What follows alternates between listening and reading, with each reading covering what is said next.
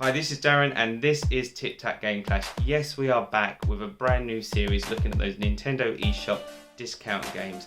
The ones where you always think, are they any good? Well, I'm that crazy fool who's bought them and I'm going to tell you if they are. Kicking off this series though, we are jumping into a game called Hive Jump, which released back in 2017 and was originally part of a Kickstarter campaign. And it was supposed to have been released on the Steam and Nintendo Wii U, but obviously, thanks to the Wii U's demise, it's now made the transition to the Switch. Hive Jump is a weird mashup of a Metroidvania type game and also something to the likes of Into the Breach.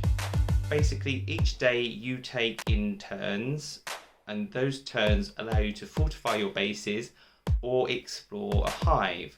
When you explore a hive, those levels play out in a kind of Metroidvania-esque kind of layout, and at the end of those levels is typically a boss encounter.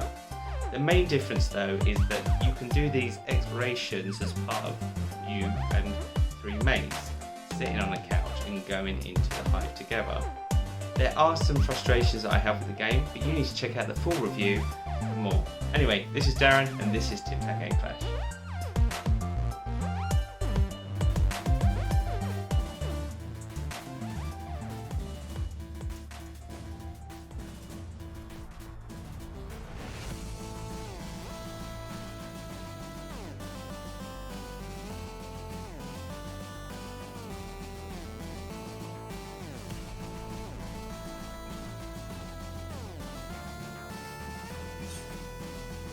As explained in my opening introduction, Hive Jump is a weird take on the Metroidvania map strategy kind of game. The game plays out over an overworld, what we can see here, where you have a number of bases which are represented by those towers. The question mark areas are those which are the hives or the unknowns. On your turn you can perform a number of actions. You can reinforce your bases, set traps, and also investigate the hives. This investigation will tell you how difficult or challenging they will be. If you want to then explore the hive, this is where the gameplay switches to that Metroidvania type action.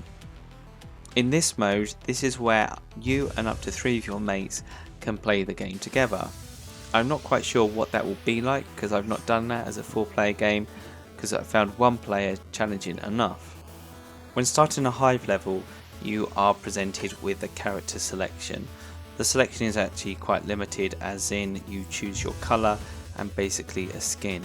The main part though is what weapons you then choose to select. As you play through each hive, you are presented opportunities to upgrade these weapons. Visually, as you can see, the game has a very old retro feel.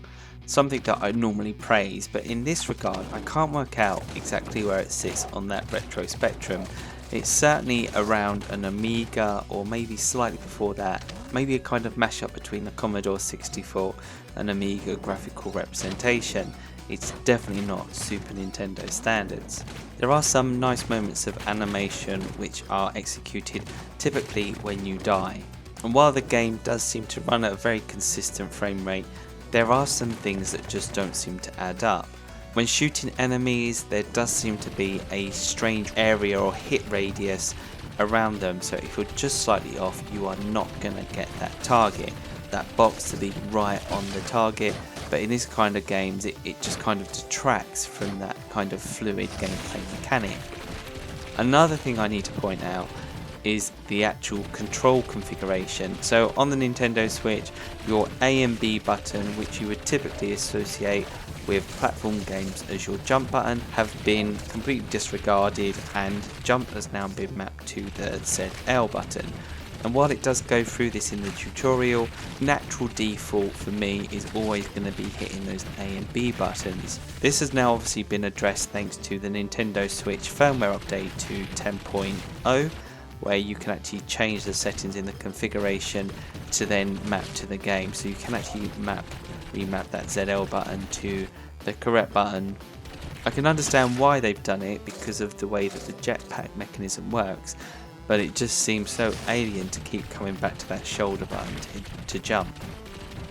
Your other shoulder button, ZR, is used for aiming, and your right control stick does the targeting as well, so it should be straightforward in order to aim and shoot those enemies. But as I just mentioned, aiming just seems slightly off.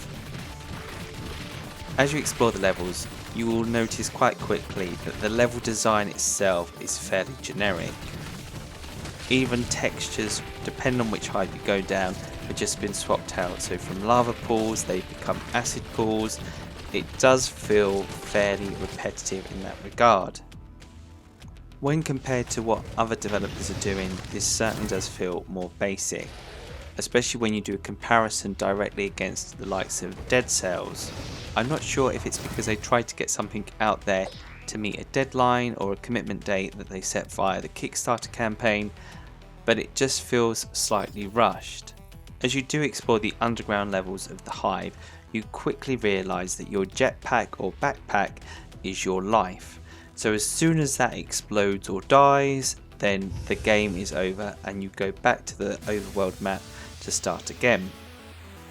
If, like me, you jettison your jetpack stroke backpack, they call it a backpack, it's not a backpack, it's definitely a jetpack, throughout the level, then your troop is probably about to die quickly. This game implements permadeath, which basically is just a name, and it has no different attributes or benefits to a character living longer, so who cares? Initially I did think this game was going to play similar to Super Probotector or Contra, but I was way off. I think you can see that it's maybe slightly more basic in the mechanics compared to those games.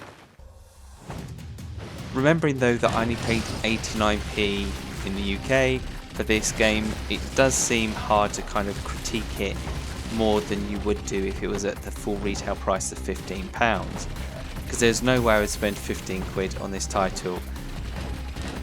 The challenge with any title that you are buying at a discount price is that longevity, and 89p, I do feel like that with the duration of this review, that's my time spent on this game. In fairness, I probably would have enjoyed eating a Kit Kat more, which costs about the same as this game, but that's just me. It might be different if I introduce 4 players playing it, but again I suppose me and my friends will probably start screaming and swearing at each other rather quickly when we start trying to jump. In order to summarise this game then, we need to explore it in 2 parts.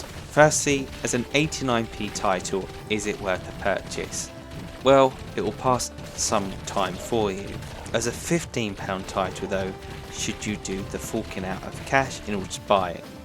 No, it's just not worth it. At 89p though, it will certainly last you longer than a chocolate bar or a packet of crisps. The downside though is that while they might be quite tasty, this certainly isn't. If you can stick with it and get over the frustrations, especially now that the Nintendo firmware allows you to remap the buttons, it might make it more playable from a gamer perspective. Overall though, for me it's definitely not up there and it just feels mediocre at best. Which is a shame because I feel like the developers set out with a really good idea and the execution just kind of tailed off too quickly. And I think that's the biggest challenge when it comes to a lot of these Kickstarter games. The enthusiasm that people have from the initial ideas to the execution just seems to demise, and what we end up getting that's something that isn't quite that good. Oh, like Fossil Hunters on Nintendo Switch. Thanks for taking the time to watch. We will have a review shortly of Cuyo Blaster, which will be our next video. And if you did enjoy this video, please make sure you give a thumbs up, a like, subscribe to our channel, or even leave us a comment if there's things that you want us to talk about in the future. Anyway, this is Darren, and this is Tic Tac Game Clash.